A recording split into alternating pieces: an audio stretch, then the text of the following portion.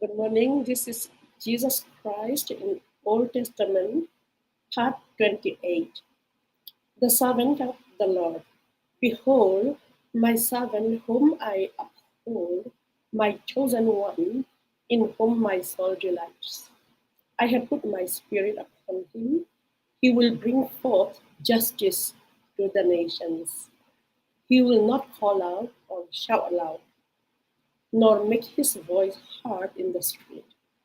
A broken reed he will not break off, and a dimly burning wick he will not extinguish.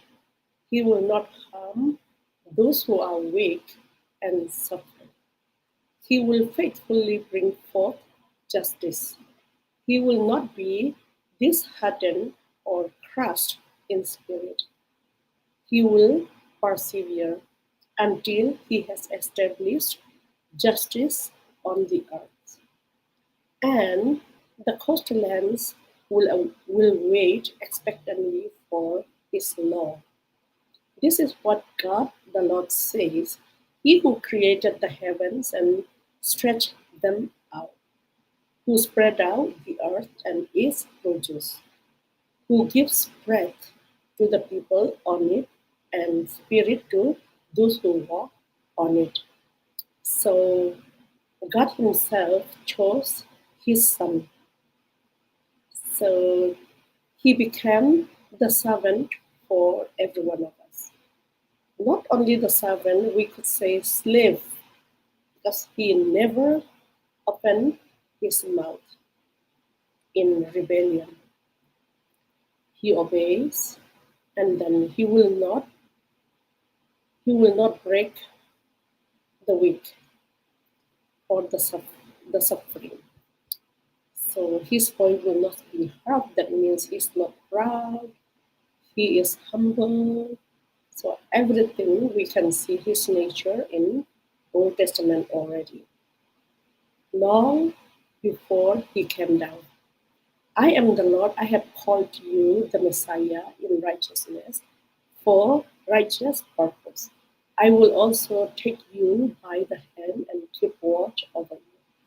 And I'll appoint you as a covenant to the people Israel, as a light to the nations, that is Gentiles, like us, to open the eyes of the blind, to bring out prisoners from the dungeon, and those who sit in darkness from the prison. So He came to release us. He gives us light. So this was to fulfill what was spoken by prophet. Behold, my servant whom I have chosen, my beloved, in whom my soul is well pleased. I will put my spirit upon him, and he will proclaim justice to the nations.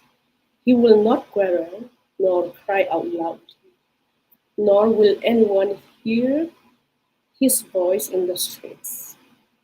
A buttered reed he will not break, and a smoldering wick he will not extinguish, until he leads justice to the victory. And his name, the Gentiles, all the nations of the world, will hope with confidence. So Jesus is the only hope that we have for the Jews as well as for the Gentiles. But emptied himself without renouncing or diminishing his deity, but only temporarily giving up the outward expression of divine equality and his rightful dignity by assuming the form of a bond servant and being made in the likeness of men. He became completely human but was without sin, being fully God and fully man. So he left everything, his dignity, his glory, his wealth, and he was willingly coming down like one of us because he loves us. He took the form of bond servant or slave. Come to him, the risen Lord, as to a living stone which men rejected and threw away, but which which is choice and precious in the sight of God. For this is content in Scripture.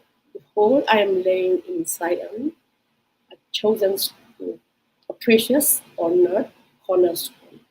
And he who believes in him, whoever adheres to, trust in, and relies on him will never be disappointed in his expectations. So if we depend on him or trust in him, we will never be put to shame. So we'll never be ashamed. He is our rock, he is our refuge, he is our light, he is our deliverer, he is our everything.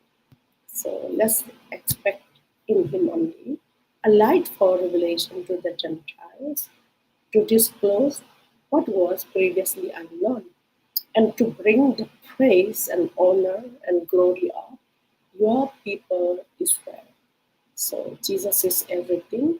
So let's trust in him so that our hope will not be in vain. And he is ready to help us in our weaknesses. He is very humble.